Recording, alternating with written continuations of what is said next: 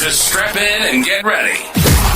The leaders in AFL SuperCoach are incoming, helping you win your leagues and climb up the rankings. You're now listening to the Insight AFL Show with your hosts, Big Horse and Skitty.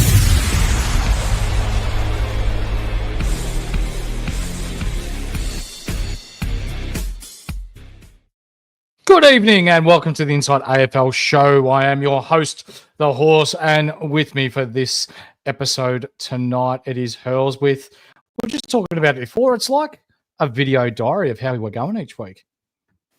Pretty cool, isn't it? Yeah. Who would have thought that I'd be talking about my team on SuperCoach to people, and there'd be actually people who want to listen. So it's good to have people watching and tuning in. The thing that people don't want to know, or that you don't want people to know, is the last time you had a diary was when you were 8 years old and you had a little lock on the side of it, didn't you? A little love heart lock with the key. And that's it. I used to write in it all the time too. those who know me will know how much of a stretch that is. But anyway, it's all good. I see there's a lot of comments coming through, and we thank you for that. We will get to them throughout the episode. If you haven't yet, please hit like, subscribe, and the bell. We call that being the triple banger. But also, if you listen to us on audio, give us that 5-star review. It helps us get into the ears of those like-minded, SuperCoach-minded people out there that love a bit of shit talk to go along with their footy numbers. So tonight, we're just going to get stuck straight into it, aren't we, Hurls? And that's because it is brought to you by the Standard Squeeze, who are helping you drink responsibly and conveniently. Use the promo code IFS2025 to get yourself 15% off everything in store. Talk to me, Hurls. How was last week? Well, it was mediocre is probably the word for it. It was a bit frustrating. I think everyone was in this boat. The projected score started at about the 2060 for me, or something like that. And then after Thursday night's games, when Brisbane and Essendon played, and I had Neil didn't go so well, and Zorko went 60 odd, and Merritt went whatever he went. It came down to 19 something, and then eventually 18. So by the end it was 17-44. So look, I think it was, in the end, I was happy that I didn't lose that much ground. So I always say to everyone, the bye weeks are a 5-week process. I ended up having 4 keepers on the bye, which I thought was quite good. And I think it was good compared to some others who had 6 and 7 that had to take scores from people like Cleary or Bice. So I wasn't in that kind of boat where there was some real ugly scores out there. But equally, I wasn't in the great sort of camp like some others who potentially were up around the 18s, 19s, and even a couple of 2000s out there. So it was okay. I didn't lose a lot of ground, which was the good thing, and ready to attack the rest of the bye weeks.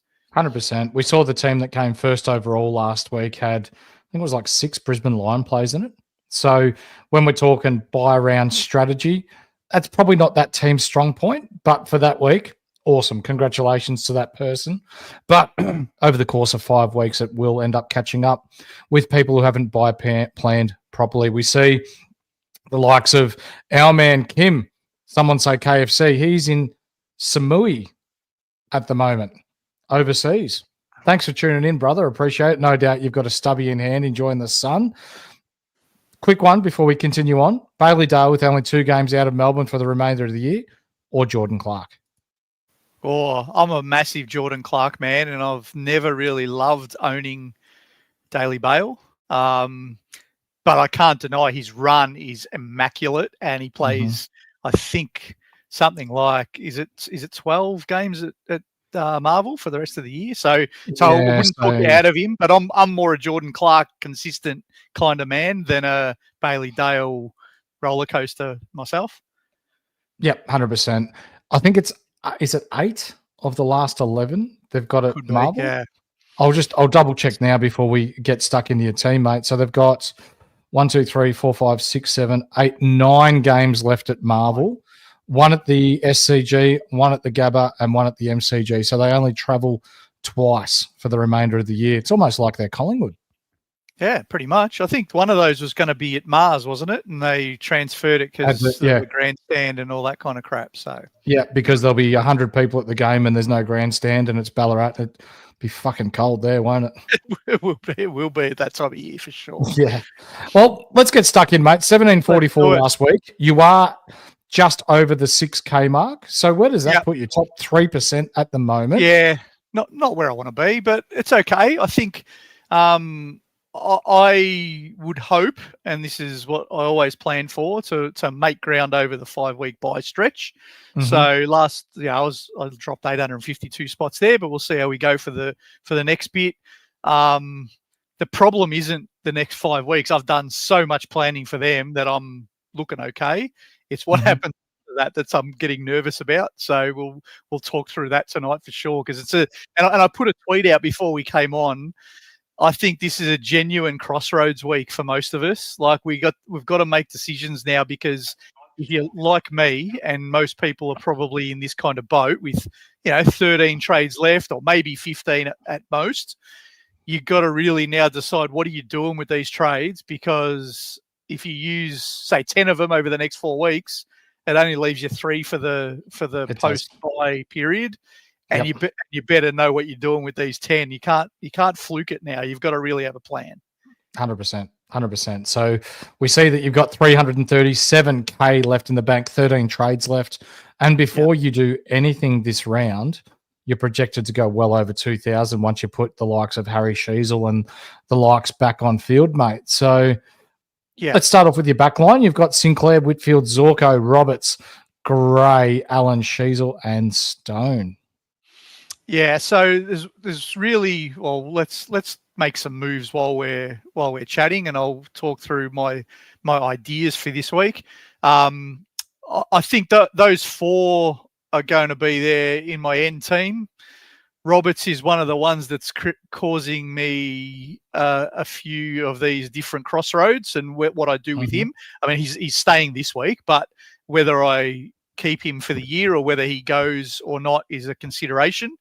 And then Gray has made some good cash, and I really hope he stays in the team when Bolter comes back this week to bolster his cash even more, because his break even's really low, and I'd love this extra 40 grand or maybe even more if he could get a 50 plus, but I don't know whether he's going to hold his spot when Bolter comes in. And then the other one that everyone's going to pick up this week, which is, I may as well do this first off because it's the obvious trade that everyone's going to do.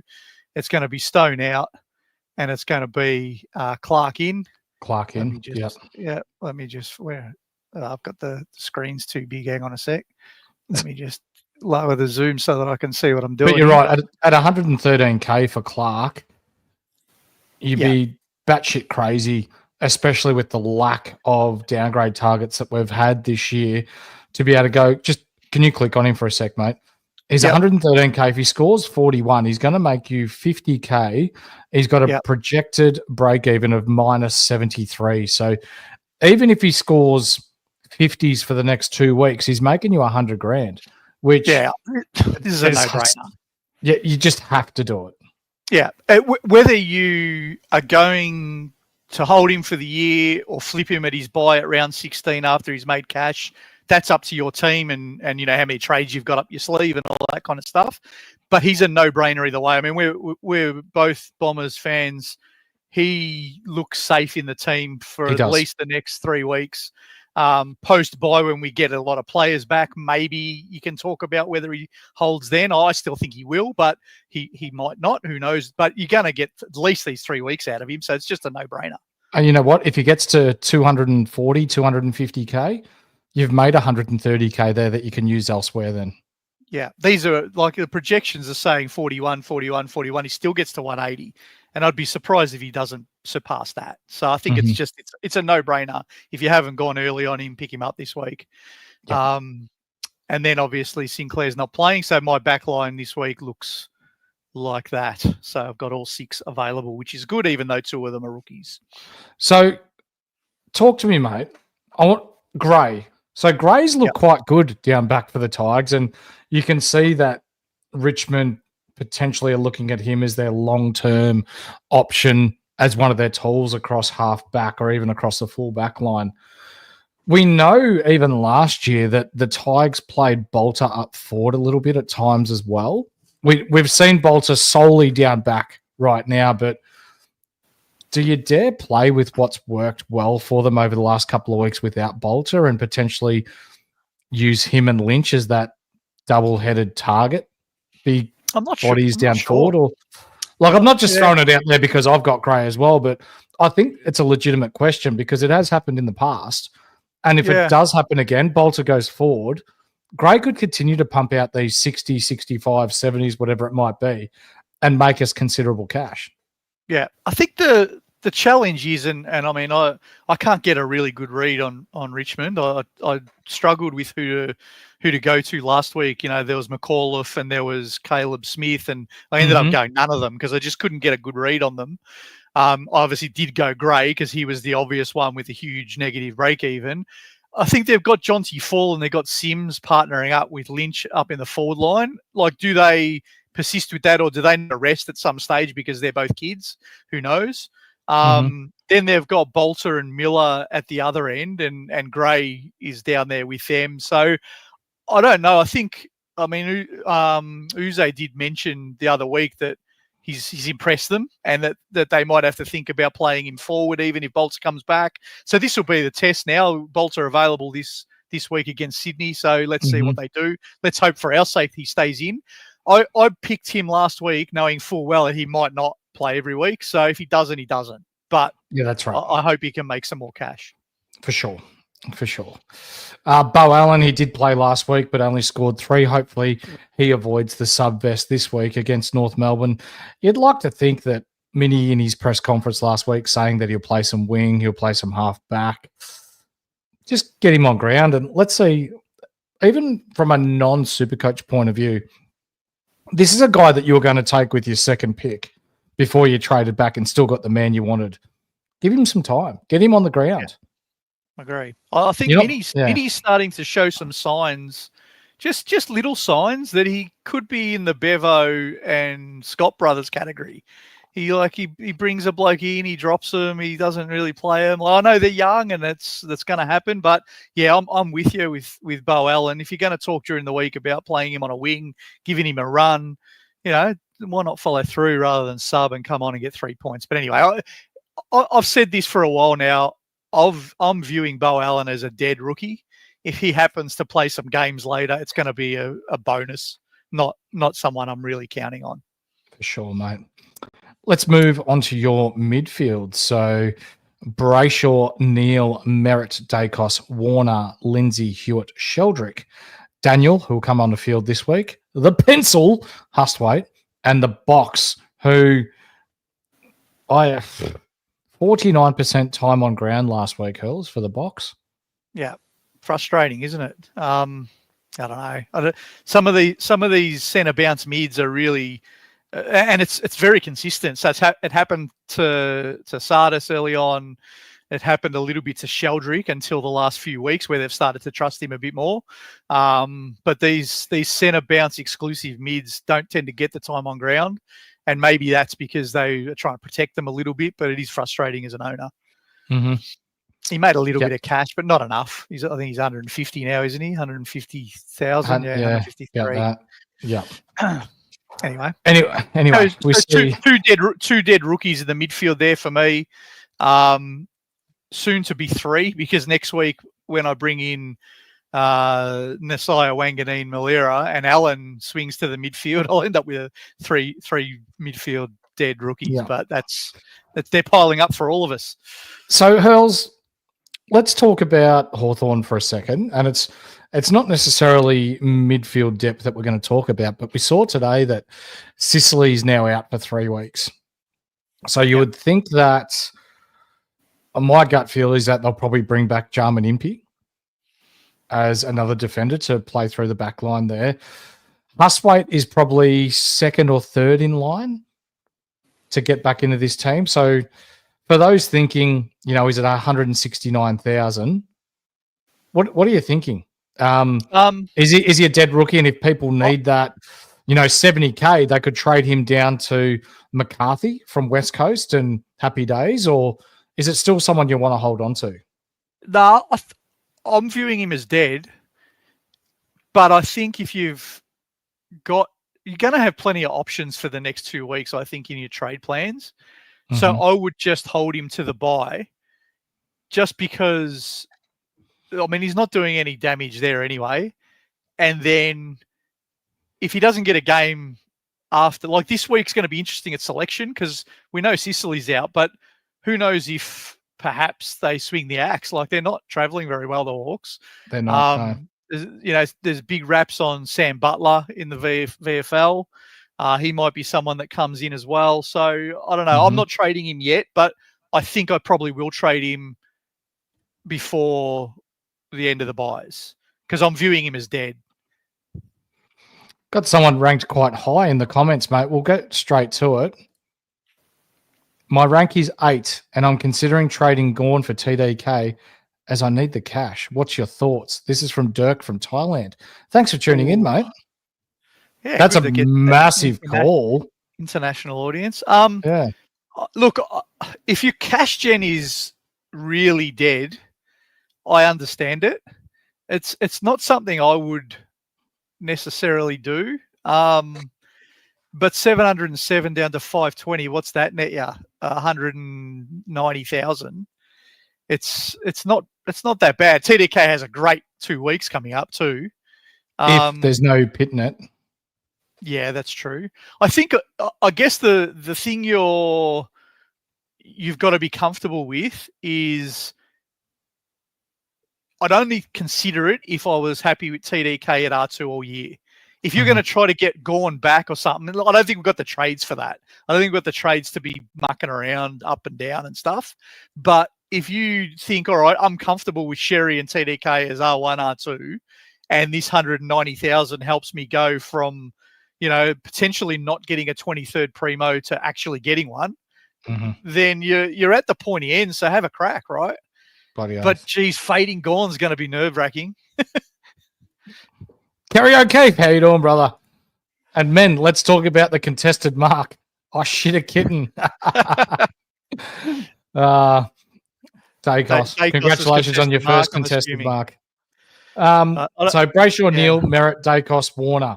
They're your 5 primos that you got in your midfield, and then Daniel will come onto field for you as well. Hewitt. Great bounce-back game last week for him. So you got Hewitt and you got Sheldrick. They're probably 2 rookies that you can afford to hold on to a little bit more there, Hurls. Yeah, definitely. So this week's a really interesting one. I said earlier that I think this week's the crossroads. I've got 3 ideas in mind. Like, they all involve trading out Marriage. He has to go. And they all involve trading Stone for Clark, which I've already done. So the next one that I think I'm definitely doing is we'll move Daniel to the forward line. Okay. And then I'm going to bring in our mate, Jai Caldwell. Knowing what I know about my cash, all of these 3 paths that I'm thinking about just have to sacrifice and buy Caldwell at that price. I just can't get to the end of the year without it. There's risk with Caldwell. He's not going to get 80 points a quarter every time he plays, but he's got a 70% plus CBA role. And I think at 440,000, I'm willing to take that risk. The biggest risk with him is his soft tissue injuries. And let's be honest, we can't predict whether someone's going to get injured. And if they do, they do. So that is a trade that I'm definitely going to do. It's the third one that I'm really weighing up. And the 3 paths that I've got in mind are either moving on Lindsay for Bont, which is the one that I've been favouring all week. Bring in the big dog. He's just had his bye. You need him to finish your team for the run home, et cetera, et cetera. Second one is, so I think Lindsay's going in either way. He might make another 10 grand or something, but I can't muck around too much with the others because Sheldrick and Hewitt have got good break even. So I think he has to go. So Bonte's also good from the point of view that he's had his bye already too. That's right. So my two options are Bont to sit in there, right? Did you see and that? Look at your screen. Bontempelli, he's averaging 129, and they've got the cold symbol next to him. Yeah, that's a bad game for him. That's unreal, isn't it? 129 is terrible because he got 100, did he? So that's probably all that's about. Nah, look, we already said Bulldogs have 9 at Marvel. He's ridiculous stats at Marvel. He's a jet. We all know that. The thing that I'm trying to weigh up is if I buy bonds at 643,000, what really killed us, and those of you who tuned in last week would have seen that my trade plans last week on this episode was marriage gone. And I'm bloody kicking myself now because that 41,000 has meant I now can't get the 23rd primo with 3 trades to go. So for me to get to 23 primos now, I have to go down to 2 trades. And that means the cupboard is absolutely bare. So I can still get there, but what it will mean is holding Roberts, selling Hewitt, Sheldrick, Ashcroft, Vicentini, Clark, Gray, and Keeler. That's the only way I can get there. So I'll have 2 trades left, and my flex will be someone like Callum Mills, and the rest of the team will be fine. Yeah. But the problem with that is, geez, if you get more injuries or something with only 2 trades up your sleeve, you're in a world of pain for how many weeks? Around 17 to 24. So 8 weeks or something, and entering finals. So that's one path that I'm still considering. I haven't ruled that out yet.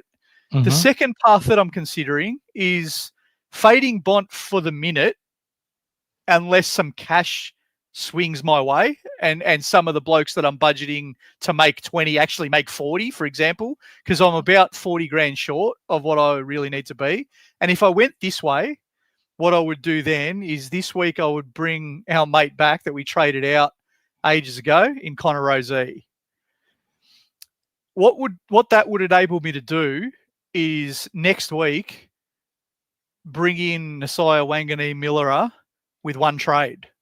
So conserves trades. I'll have 10 left after this week, and still, let's complete that trade just to show everyone at home what this looks like.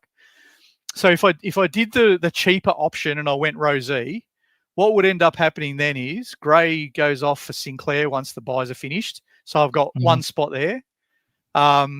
Hewitt and Sheldrick can stay there. Keeler comes off there for Kennedy. And so I've actually got my flex to fix. I've got Ashcroft that needs to be fixed, Hewitt and Clark. But I can do the third. I can go down to 3 next week with just 1 trade. So Nas can come into this spot here at D6, and that'll leave me 9 trades for 3 upgrades, and I can get there with 3 to go in the bank. If I go bonds, I can't get there with 3 to go in the bank. And I'm not saying I'm ruling Bont out for the whole season, but what I'm saying is if he could somehow get a 90 or 100 this week against the Hawks and drop to 610 instead of 640, I can then afford him. So I'm just toying with that little idea. The third path, because I said there's 3, the third path is still going Bont this week and not worrying so much about that one that I just mentioned, and just holding 2 rooks. And what do I mean by that is, if I go down this third path, I'll still go to you'll have to hold Roberts and Daniel as well. Yes, absolutely. Roberts and Daniel are going to stay in probably in both of these paths. I think Roberts and Daniel are staying, but in this third one, what I'll do is I'll use Clark, Gray, Hewitt, Vicentini, Keeler, and squeeze cash out of Boxall and Hustwaite, and only go to 21 primos. And before everyone falls off their chair and say, "Oh, what do you mean? You got to get to 22." The reason that I would choose to go to 21 over 22 is I'll then keep Ashcroft and Sheldrick, so that my 22nd score has 2 good options, rather than going to a 22nd primo and then my 23rd is a donkey, an absolute donkey, like one of these guys who I don't even have yet, who might not play, a 99K guy. That's the one I'm trying to avoid the most. So they're my three thought paths. Two of them involve getting Bont this week. One of them involves holding off on Bont and going Rosé. So we did some numbers for those that are inside the Patreon. I don't want to give too much away, but it's fairly easy to see that if Sheldrick gets over 70% time on field, he's going to average north of 95. His numbers have gone up with the more time that he's had on field. His numbers continue to increase. And that's with, I reckon there's only 3 games that he's had where he's had over 60% time on field, and he's gone 81, 85, 93. So if that number bumps up another 10%, he could be averaging 95 to 100. And he not, could. Yeah, it's not a bad option to have there. Yeah, I think the thing that I'm going to be really interested in watching this week, and who are the Swans got this week? Oh, it's not a good matchup. It's Richmond. And the reason I say it's not a good matchup, it's good for scoring, but it's not good for what I was about to say. I'm really keen to see what happens to Sheldrick and Mills and Roberts, for that matter, all in the same team. Because when Sheldrick and Mills played together last game, the one before this week, before Mills' suspension, Sheldrick's CBAs just dipped a little bit. Now, I'm hoping because they were so poor, and Sheldrick was one of the few, with probably Grundy, who had a dead set crack, He did. that Cox is going to go, well, mate, you're having a go, you're going to stay in the middle. But I want to see it. I want to see the mix with Mills in there and what that looks like. And the reason I want to see it is twofold. Mills is obviously another option for us in round 15. The beauty of Mills is he's 350. He's got this week. He still doesn't go up in price. Then they've got the buy in round 14. So you can wait till round 15 to bring him in. Yeah. Anyway, they're my 3 plans. 2 of them involve getting Bont, Caldwell, and Clark, and one of them involves Rosie, Caldwell, and Clark. Yeah, nice. So the rucks there, mate, for those listening on audio, Cherry and Gawn. For you, that'll just stay for the year. Set and forget. Yeah, set and forget for the year. I mean, the option from before is one where you could squeeze that 190, right? You could go Gawn to TDK, but I spent a lot of time getting TDK out of my team. I don't want to go back there. No. How's the skull? Have we already discussed Bice being dog shit? He scored my batting average last week. Yeah, he's if you held him, it's unlucky. It was 2 weeks too late, but anyway. Yeah. Your forward line, mate, we'll just leave it at that for now. Although, let's throw not so much a cat amongst the pigeons, because it won't be. It'll be almost a saving grace for us. But Briggs is out for 3 weeks now with an injury. So most would think that Lockie Keefe would roll straight in, but Nick Madden has been rolling around in the 2s and been punching out some monster performances, a little bit in the same mold as Briggs, a little bit bigger, a little bit more physical. But if he plays well, say he gets the start and he plays well, there's no reason to believe that won't stick. Yeah, but it's a hard time of year to bring someone like that in, because if, for example, most people have either got Simpson and someone else that's dead there, or I'm not expecting Keeler to last the year, let's be honest. I mean, he looked like Wayne Carey in one quarter last week and then didn't get a touch. 7 touches. 7 touches in the first quarter and finished the game on 10. Yeah. That's what I mean. So I'm not expecting Keeler to be a long-term sort of proposition either. If you do go to Madden, it just starts getting, if he only plays 3 games, then he gets dropped. You're in some trouble. So I think earlier in the year, he would have been great to come in for 3 weeks, but now it might be a bit hard to go there unless you've got some room to move at R3. That's different. You know, if you had, say you got Archer Flynn Reid at R3 or something, Archer Reid at R3, and you can unlock some cash to Madden, that's beautiful. But yeah, I don't think I could go there. Here's something spicy as well, Hurls, that we'll discuss now, because people are talking about dropping Gawn to make cash. Yeah. He's on the bye this week, but someone that's got potentially the best role in SuperCoach at the moment is Luke Jackson. We saw last week he was the first ruck, and then he rested as a ruck rover.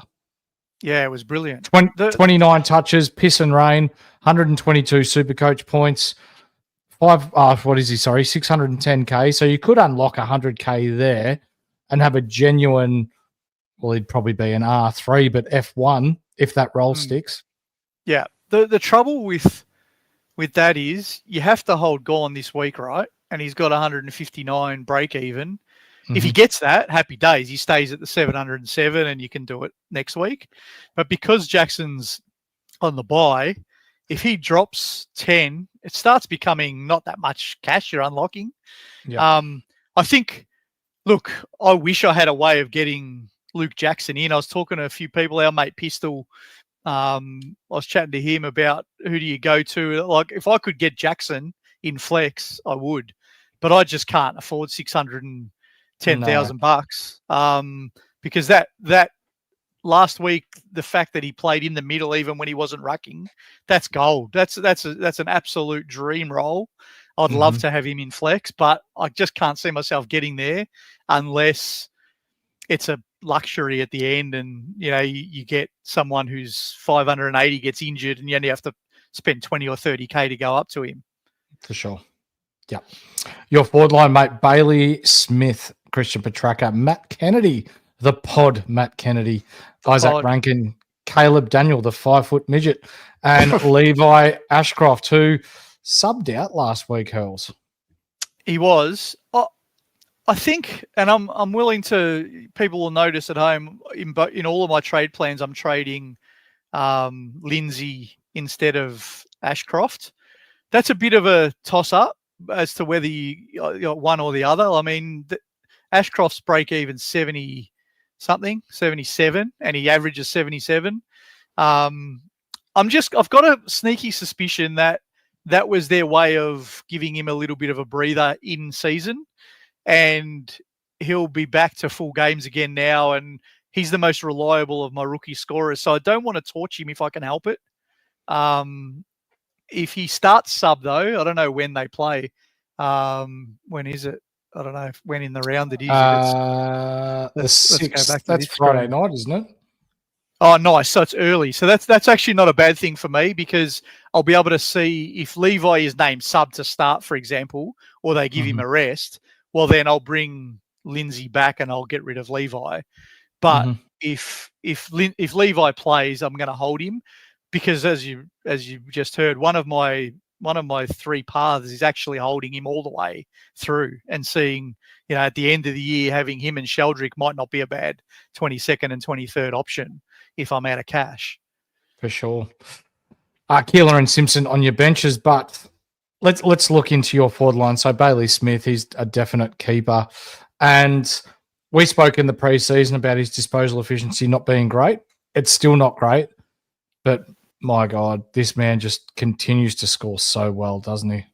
Yeah, he's just an elite runner. They can't keep up with him. So, yes, his disposal efficiency sucks sometimes, but if he's getting 120s instead of 150s, you take that, don't you? Yep. The head-betted man's probably got a few Brownlow votes too, just to throw in there as well. Christian Petracca at your F2, Matt Kennedy. How have you found owning Matt Kennedy? Frustrating as all hell. I've been talking to a few. I bought him in, when was it? The week that I should have bought Sherry in. I didn't, and I bought Kennedy and Warner in the same week, I think it was. Yeah, when Warner was cheap. And I bought Kennedy in because I thought, here's a pod. He was only in 0.4% of the top 1% of teams. I don't know what he is now, what his ownership is like. Probably not that much more because, who would have bought him in since then? What I've found is he passes the eye test. He looks really good, but he has to pay the Bont tax. He just doesn't get points that Bont gets. They give him to Bont for the same things. Bont gets 10 and he gets 4. They miss a few things that he does. Champion Data don't seem to see some of the things that he does. And so I've been frustrated with him, but I think that's one of the reasons maybe that Bont coming in is a good idea, because if I'm going to lose some points on Kennedy for the Bont tax, at least they go to my man then. That could be the reason. I still think he's good to watch. I like owning him, but I just wish he'd get some 110s instead of 89s, 95s. He's just been below that amount that I wanted from him. Yeah, 897, 87, 91. I'd love to be 100, 110, right? Yeah, that's right. How are you, Link? Thanks for tuning in, mate.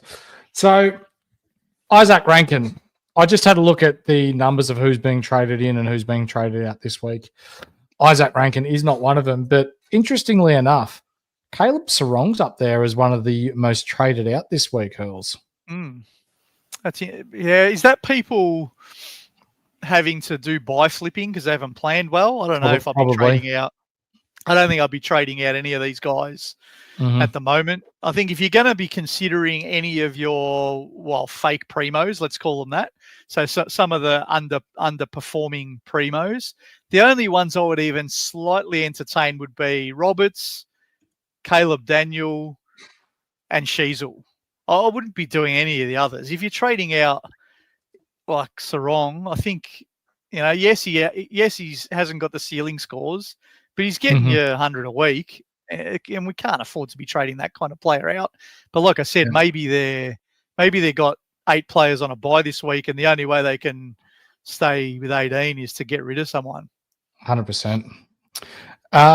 So I've got some numbers for you. 827 people are trading out Caleb Sarong as we speak. There you go. 827 people probably haven't done much by planning. No. And we see Link in the chat here to swing around my rank 30. Not too bad when the bloke on top of you was ranked 5th last week too. So, yeah, I'm sure he's swinging on that as well. And we've got Derek who's ranked 8 up higher. I want to know why all these blokes are tuning in to watch me. Why aren't you guys telling us how to go? It's because of us. That's why they're going as well as they are. We're flooded. Give us a thumbs up for Hurls' team if you can, please. Watching on YouTube, or if you're listening to us on audio, that 5-star review would very much appreciate it. With your flex, mate. Just a little thing for those guys who are up there. I was in this position this time last year. I was about 60th at round 12, and I got to about 32nd after the buys. It gets so frustrating and gets so bloody stressful. So try to enjoy being up at that top end. The boys that are up there. I know you'll get stressed. It will for sure. So, but try to enjoy it still. Have a look at Kizza in the chat, showing him what not to do. Yeah, I know. He's probably unreal. Right. Go back to licking windows, Kizza. Piss off. He's probably correct. Let's talk about Dante Vicentini, mate. Yep. Have I just been gifted a nice little bonus? I think he's playing GWS this week. Yep, without Briggs. I hope that without Briggs, surely my man Dante can get a 90 or 100, and if he gets what's his projected 74, he goes up 21 grand. If you can get a 90 or 100, gee, that'd be nice for me. It could be against a first gamer or against an undersized Keith, so who's to say he won't? What are the odds I get shafted and they bring Sweet back or something, and then I'll have to trade him? Oh, that'd hurt. Vicentini has looked really good though. He'd be really stiff if he got dropped. Yeah, I hope that he gets a couple more. It's interesting when I move him. Like I don't know yet. I haven't really thought through this, because if he can do what Flynn did and just keep getting your 90s and 100s, he could stay all the way through the buys for me. And he could even be one of those ones instead of Ashcroft and Sheldrick as the last one. Maybe he's the guy, but we'll see. He's also hopefully got some good cash on his head. The reason I bought Vicentini and Sheldrick in I bought Vicentini in round 11 and Sheldrick in round 12. I knew how dire my cash gen was, and so my trades are getting low, and I was getting a bit desperate. So I bought those two in, hoping to make 100 to 120 out of each of them. And so far, it looks like I might. So I think it might have worked. But, let's hope he stays in the team. Otherwise, that one will be a failure. Do you want to just go through your team as a whole, mate? Zoom out and sure. Talk through it before we get into the questions. Sure. So Backline, and I'll do them as they would be post buys rather than what I'm going to play this week. So Sinclair, Whitfield, Zorko, Sheasel, and Roberts as the 5 potential keepers in the backline, with Angus Clark coming in this week to D6, Gray and Allen on the bench, D6 will end up being Wanganeen, Malera next week. Mhm. Midfield is Bontempelli, if I do these trades, Bontempelli, Brayshaw, Neal, Merritt, Dacos, Caldwell, with Ashcroft, Hewitt, and Sheldrick as still the 3 live rookies there, with Hustwaite and Boxall dead on the bench. The 2 big dogs in the ruck, Sherry and Gone, with Boyd as a dead rookie all year. And then my forward line. Think back to the start of the year, mate, when Boyd was dominating in the practice games. Yeah. And we've just had fuck all out of him the whole time. I know he's just been completely dead the whole time. If we had have known that, and this is something to consider for next year, I don't mind having that as a dead rook all year. It hasn't bothered me, except I would love it to have been a ruck forward so that I can bring Jackson into the forward line and have a swing. So that's just something to think about next year. If we're going to bring a dead rookie, we may as well bring one that's got forward status as well. 100%. And my forward line, Baz Smith, Petrarca, Chad Warner, the roller coaster. Hopefully he gets more possessions than argues with umpires this week. I read today that 2 of his kicks hit a target last week. He had 12 11%. kicks. And 2 of them hit a target. And he spent so much time arguing with umpires. Anyway, Matt Kennedy, Rankin, and Caleb Daniel, with Keeler and Simpson on the bench, and then Vicentini in flex. So I've got one flex spot, 2 midfield spots, and 1 bench spot to go. 4 spots left to upgrade. Next week will be Wanganeen, Millera in, and I'll have 3 to go. And then the real decisions start to come. What do I do then with these last 3 spots? There's Butters, who might be available to us in about round 16. There's... Because we hear people that want to go Butters next week. No, I wouldn't do it. For me, I wouldn't. And you're of the same opinion. So he's 585K at the moment, 197 break even. If he scores 105 this week with potentially a Bedford tag, he drops 40K. But then he's got Melbourne next week at Adelaide Oval, where he could play well. But then he's got Sydney. So you'd think that Jordan goes straight to him there as well, wouldn't he? Absolutely. And I think either way, let's take the tags off the table for a minute, because, sometimes they work, sometimes they don't. He's still got a break even of 197. Yeah. He's dropping cash. Neil, you could say, I don't know, what do they say is a percentage here? 0% chance of hitting it. Let's say it's 1% even. He's going to drop cash next week. Why would you buy into him at 585? I just don't get that. I would wait at least till after this next game, see what happens and see what his break even looks like. If Bedford can do the right thing for us and he can get, what's he projected, 105, he drops 40, and then his break even is still high, and he could drop another little bit the week after. So I think you just have to wait, and then you just either go in round 14 if you want at 540, or wait till round 16 when he's gone past the Jordan tag, and then he's got got a smooth run home. Yeah, he hasn't got those lockdown taggers left. There's still some tags in there, but they're not as specific. So yeah, don't go this week. No, 100%, mate. Question time? Why not? It's question time. Let's answer your questions for the week ahead. There's a bit to get through here, mate. Thank you to everyone that's tuning in. We appreciate it.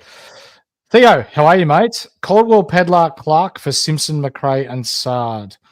El Hawley, hope you're well. Hold McRae this long. I'd nearly just hold him for next week. Yeah, I think I would hold as well if I had held McRae that long. I think you could still get to those, like the unlocking of cash with Simpson and El Hawley to Pedlar and Clark doesn't unlock that much. But yeah, do you have to go that way? I'd be more inclined to try to get Caldwell a different way. Yeah, for sure. I think he's achievable, but I think you can go a different way.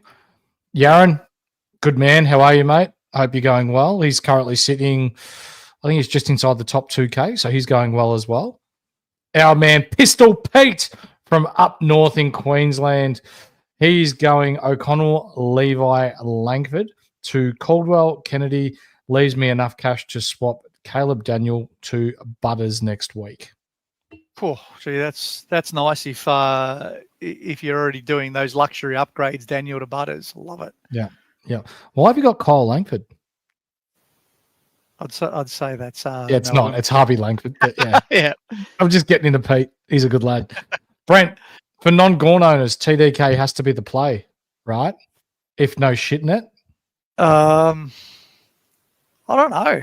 Well, this weekend. So, yeah, people haven't really taken much notice of the weather, and I see there's a bit of chatter on Twitter at the moment about bringing TDK in, but it's 11 degrees and pissing down rain on Sunday in Melbourne. And against Goldstein, he's going to make it hard. Like, he played well in the wet. Who was it against where he played well? It was a couple of weeks ago, really held a ruckman. I can't remember who it was. But if it's that way and it's wet and it's going to be sloppy footy, yeah, TDK might get him on the outside, but if it's that wet, that's not going to advantage him at all. I probably wouldn't go there. I don't mind going to TDK. I just don't know what you're going to him from. Like, if you're not a Gorn owner, what's your ruck set up to want to go from someone else to TDK? Surely you've got either Marshall or you've got, not many people have got anyone else besides Gorn, Sherry, TDK, or Marshall, have they? So I'd need to see what the trade looks like. And if it's Marshall to TDK, I'd say that's just too sideways for me. Yep. Jonas, the Piddler or Clark? I think Clark is a must. I think Pedlar is good if you need two rookies. That would be my take. Yeah, I like Pedlar. And for this reason being that he is a rookie when it comes to SuperCoach, but he's got years in the AFL system. He's got a hardened body. He's got a nice left foot. Yeah, that half-forward role probably isn't ideal, but he's still scoring okay in that role. So as long as Adelaide continue winning and he continues to pump out 70s, I think it's a pretty good play. Yeah. Have they got anyone missing? Like, why did he get in the team a couple of weeks ago? What happened? Oh, he was injured from the start of the year and had to work his way back. Yeah, but who did they make? Who made way for him? Because they're a pretty mature team, right? They don't look like a team that are making huge changes every week. Yeah, don't know. So I don't know. I think both are fine. If I was only picking one, just by nature of Clark being 113k and has the scoring potential that's about equal, I would definitely go the cheaper Rook. For sure. Lockie Spiteri, hello, mate. What's going on, boys? Yeah, fuck all, just doing a podcast. You know how it is. Dale versus Rosie. Need to bring a defender in. I have Sinclair, Whitfield, Zorko, Clark, and as primos. Flipping nice to either. Probably bias to either of these boys. So, yeah, who would you go, Hurls? I think marginally, I'll say. Oh, it's a really tough one. Dale's draw is bloody good, isn't it? And Rosie's is a little bit hard, but I think Rosie has the bigger. No, I don't know. Actually, toss a coin on that one. I think they're both very similar. You're not a fence sitter though, Hurls. I know I'm not, but those two are two that I just. If I go like, what's Dale priced at? 550. Yeah, Rosie, so he's 20k cheaper. Rosie is, and he's got DPP.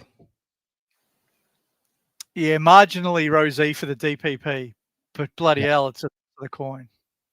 Pedlar came in for Zach Taylor. Thank you, Kizza. Okay. Yeah, he could hold then. Hey, mate. Bont in this week, Butters next week, and the team is fully primo. Wow. What a spot to be in, man. Nice work. Brilliant. I wish I was in that boat. The same. Brent, Bont and TDK in this week for Levi and Flynn. Yeah, if you got Flynn, I'm assuming Flynn is flex. So is that the three? Yeah, is that the three ruck strategy then? I don't mind TDK coming in as flex. And the same as that other question that asked before, like we made some assumptions, maybe it was a ruck to a ruck. If he's just trading someone out of flex for TDK, I'm cool with that. I just don't know if I'd trade R2 to TDK. For sure. Sorry, Skull. The talk of this wet and sloppy in Melbourne's getting me going. What a funny man. Then Brent's like, then possibly grabbing Mills for that depth flex D7 loop. Yeah, I like that. Yep. I like that too. Nath, hey, mate, is Warner still a keeper? Fake keeper, yep. Fake keeper. I think he has to be. Yeah. Yeah. I mean, I don't know about you, Nath, but I don't have the trades left to be moving too many of my keepers on. So Yeah. the only one I'm even half toying with the idea is Roberts. And that's the only reason I'm even thinking about that is if Roberts stays at 450, which is what he's at now, and he looks like he's got a break even around the 88 mark, so he could stay around that same price. I'm considering doing a flip from Roberts to Mills if I think they can both score similar and making 80 or 90K that way. That's why I'm considering Roberts, but otherwise I'm not flipping any of my keepers. They have to stay now. Mm-hmm. Jonas, hey, mate. Looking forward to a beer with you at the end of this year too, mate, might I add. Odds that Vicentini gets a game this week, I'd say fairly high. I think he's been good. No, I think he's talking about probably Vigo, the Bombers man. Oh, I reckon, that guy. I reckon Dante definitely should get a game, but I think if you're talking about Vigo, I think he'll get a game, but I don't think it'll be this week. So I think Goldie will play Sunday against Carlton. Essendon have got a 6-day break, 5-day break. So Vigo will play one of the next 2 games, I reckon. Yep. Brent, Flynn R2 boys up to TDK. So TDK will become his R2. Oh, because you've only got Flynn at R2. Shit. Well, yeah, that's probably okay then, because you've got to move Flynn on anyway. Yep. Yep. Where am I going here? Brent again. Do the trade, in my opinion. Break away from the norm in order to win. Pray that Gawn finishes slowly and TDK goes big after a few weeks off rest. Yeah, that's. I think I have no question marks over TDK for the next month. But as someone who owned him for 11 weeks at the start, I don't think he's got more than 7 weeks in him. And so that worries me from 2 points of view. He either goes really good for 7 weeks and shits the bed for SuperCoach finals, or Voss knows that and he has to play shit net for a few games in there somewhere. Do you know, I want to throw this in as well. I think TDK's gone. I think he's already packed his bags and he's just waiting for the season to end to go to St Kilda. Do you think that impacts performance, though? I agree with you that he's gone. Saints, I think it kind of does, because what about if Voss sees the writing on the wall and he brings in Pitnet? Because he's got to have that contingency plan for next year. Especially if, let's hope that although the fixture does give them every chance to stay alive for as long as possible, because they're playing North and West Coast again for the 6th time in their last 25 matches. But other than that, if they were gone and out of finals contention, then what happens? That's a good point. Yeah. Don't know. Yeah. Rookie coach, the boys, is it worth getting Bont? Think I'd save the trades and 100K and get Rosie for me. Yeah, it's rookie. It's a dilemma that I'm faced with, and my 3 paths have 3 different thinking. Go Bont and worry about it later. I think I can get to 22 with 3 trades to go with Bont, or I can get to 21 with 6 trades to go with Bont and hold like Sheldrick and Ashcroft or one of them, or Vicentini. Yep. Or not get Bont and get to 23 with 3 trades to go. So they're the 3 scenarios, and I think all of them have merit, and you won't really know the answer until you know if Bont goes 125s or if Bont goes 100s or if the Rosie goes 75s. You're stuffed in that scenario, right? So who knows? But yeah. Chris, hey mate, will Jackson keep Ruck forward next year? Probably not with this roll sticks. Yeah, I don't know how do they do it basically on the whole year's data, so to say 35% forward status all year. Is that how it has to get calculated? I think so, yeah. On the games that he plays, you'd have to see what, I don't know what his split is at the moment, but it's looking more like he's going to lose that forward status maybe. Yeah, you'd think so. Old mate Drew, is Treloar going to hurt Kennedy? Was considering bringing him in as a pod pick F6. the one game they played together, it didn't seem to hurt him because Kennedy's still dangerous in the forward line. And the way the Dogs play, they roll up the extra mids. Their mids get up and back ridiculously. Their half forwards are like midfielders. So in the one small sample size, it didn't make any difference. But having said that, Treloar was probably more the half forward and Kennedy the mid in that game because it was Treloar's first game back.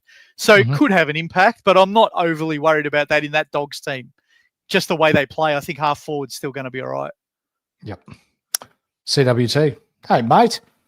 Kicking myself, I was such a tight ass and got buoyed over Archer Reed, who was 119k ruck forward. Mate, if that's the worst of your issues and you're sitting 5th overall, fuck, I wish I was in your shoes, mate. I know. It would have been good, though, but I agree. For anyone that missed the pod last week, we released a podcast on audio where I sat down with CWT and discussed his team and his analytics and his thoughts behind who he chooses and why. Very, very good episode.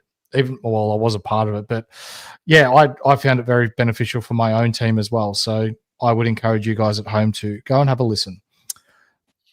Lockie again. I have Bont, Richards, Andy Brayshaw, Butters, Neil, Merritt, Dacos, and currently Lindsay or Moraes. Who should I grab for M8 if I don't go Caldwell? If you want to go Potish, Liberatore. If you want to go someone who I think's got massive ceiling and a good run home as well, Noah Anderson. If that was my midfield, I would make my M8 a DPP bloke. So either Rosie, I don't know if you got Sinclair in the back line, he would be the obvious. If you don't, I would swing him back. Nick Martin, no, he's not a mid. He's a forward defender. He's a forward defender. I would want one of my spots to be a DPP. And if I had the luxury of already having Bont, Butters, Neil, bloody hell, you've got everyone already, I would probably go that last spot, someone like Move. I'm sure you've got some swings. I'm sure you've got either Sinclair or you've got Sheasel or you've got something. I would buy a defender and swing one of them blokes into the middle. For sure, mate. For sure. Skull again, this talk of it being wet and sloppy is getting him going. Love it. Kev, hey, mate. Hi, guys. Would you get rid of our Roberts, or who would you get rid of out of Roberts and Bolton in the next couple of weeks? Thanks. Neither if I had them. Yeah. Unless that was your last trade. I'd keep Bolton. Is that? I mean, we're making some calls with limited information here, Kevin. I don't know how many trades you got left, how many rookies on field, etc. But if I would, I'll phrase it this way: I would make Roberts and Bolton my last 2 trades. Yeah. Yep. Or last 1 trade after I've got a full team. I wouldn't be moving either of them yet. I agree. Jonas, Mr. 6-incher, the sub himself, Draper, mid-forward has dropped to 114k. You know what else? He's got a 40 break even this week. He could be 99k next week. He could. Next year, he could be viable. Very viable. Lockie, again, watch Blackiston play for us. We wouldn't grab another ruck for the future. I think it was planned to play the rest of the year. He's 99k. That won't play. I like him, though. Have you seen the highlights of him? You're a WA man. The waffle, without trying to be too disrespectful, the waffle rucks are bog average. I'm not saying he can't play because he looks good, but I would be extremely surprised if he plays ahead of Vigo. Extremely surprised. Filled a fish. It's like you know what I get from Macca's, my man. Is Bont worth marriage? Probably Cleary and a dead rookie and 13 trades left. I'd do that in a heartbeat. If you've got 13 after this, bloody oath I would. I've got 10 after this and I'm toying up Bont or no Bont. If I had 13 after this week, Bont would be a not negotiable. Our man from Derek in Thailand again. Hey, mate. If Melbourne are out of finals, I reckon Gawn could either get a rest or less game time. I would usually say yes to that, but Essendon own Melbourne's pick, so they've got no reason to tank.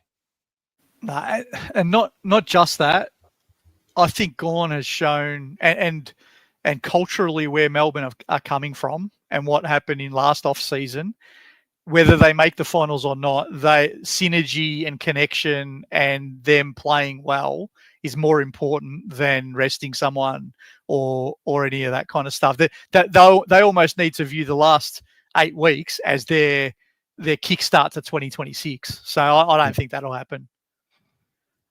Link again. Got to give TDK a crack. He's got Goldstein, Flynn, and Vicentini in 3 of his next 4 matches. That is pretty juicy, though. He's got a great run. I'm not arguing that at all. I think it just depends where you're picking him. Like if it's Flynn to TDK, go for it. If it's flex, go for it. I just wouldn't be going a sideways trade to a TDK. Or the other one is the gone down to TDK. That's a legitimate dilemma, right? Do you unlock the cash and go there? It's a gamble, but it might be one worth taking. You don't win SuperCoach by being safe, so you could do it. No, I was actually discussing with you earlier in the week. Do I just go Ben Keys and try and send it? Yep. But then I thought better of myself. Sorry to keep banging on about TDK, but would English be a better option instead? Ooh, I haven't really considered English at all this year. Let me have a look. Well, let's talk about Timothy English, 122 break even. He's probably going to score that consistently. He's got 8 of his last 11 at Marvel, 1 at the G against Gawn, 1 at Brisbane against Oscar McInerney, 1 at the SCG against Brodie Grundy. So if you needed a ruck, I've got one. Lloyd Meek is 437k. I think I'd be more inclined. Yeah. You go. Sorry.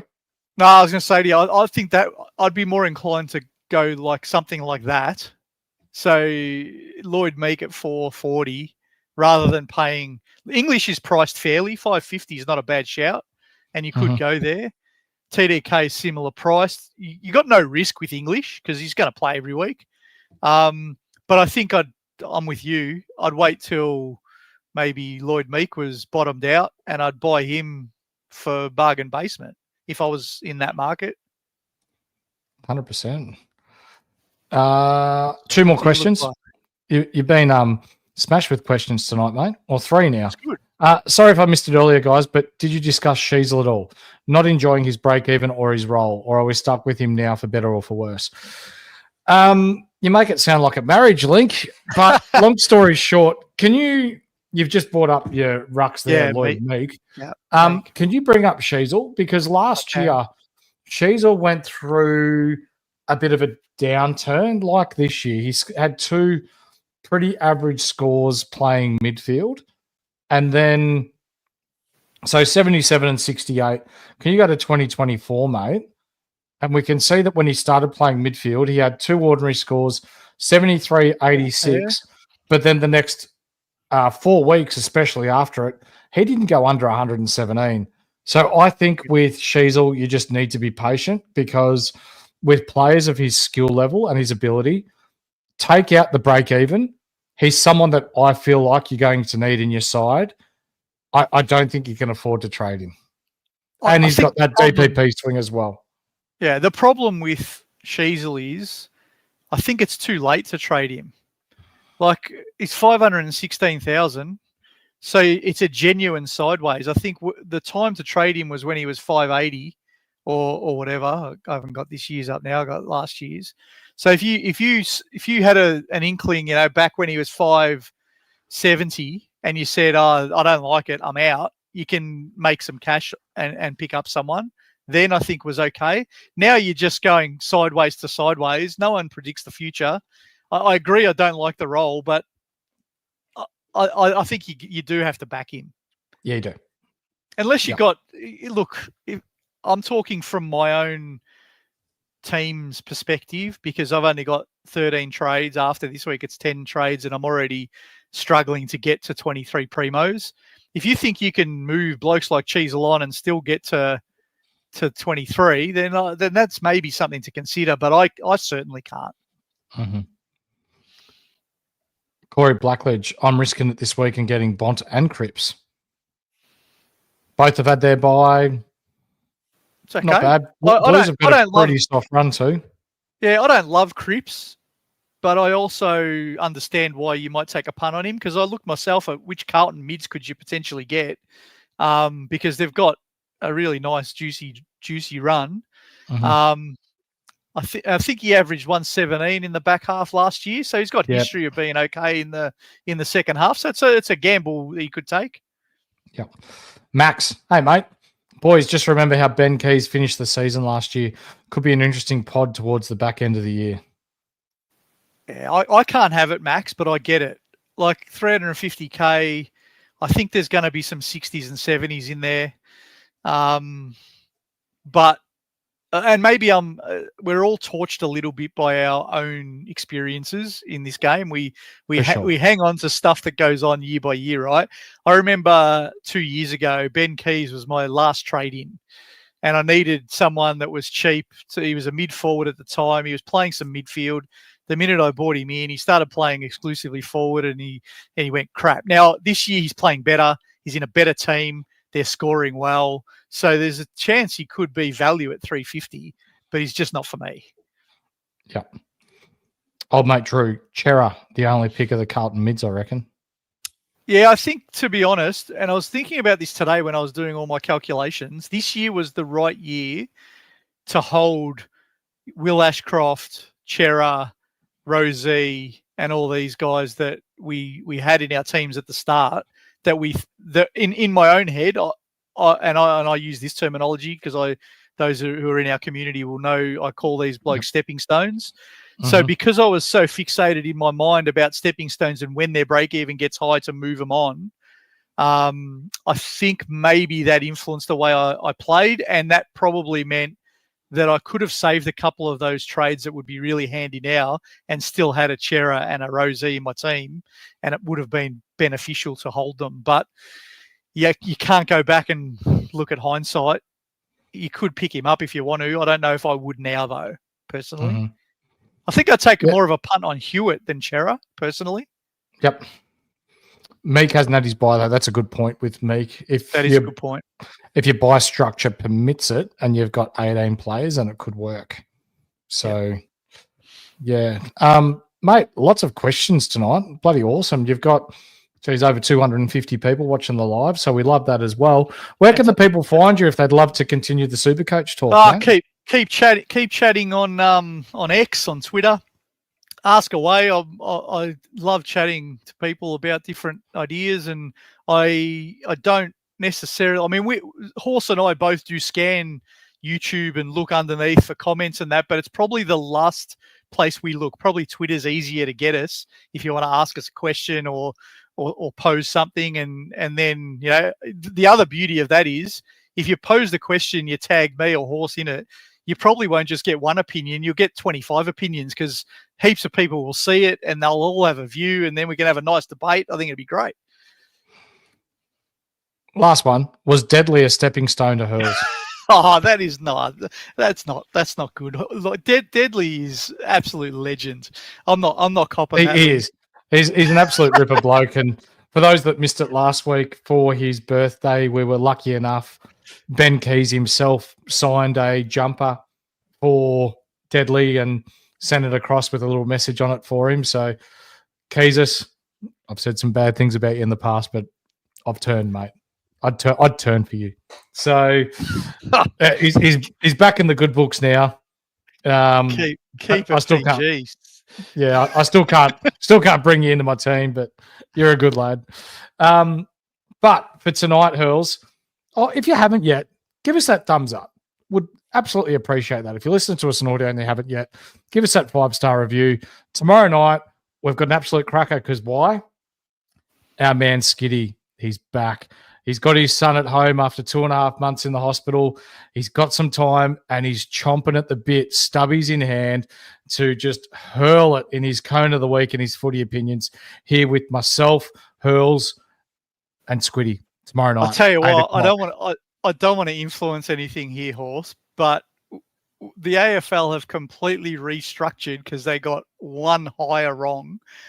I can't wait to hear his cone of the week tomorrow night, whether he mentions his favourite AFL administrator. Oh, geez. She's got to get a mention, doesn't she? She has to, surely.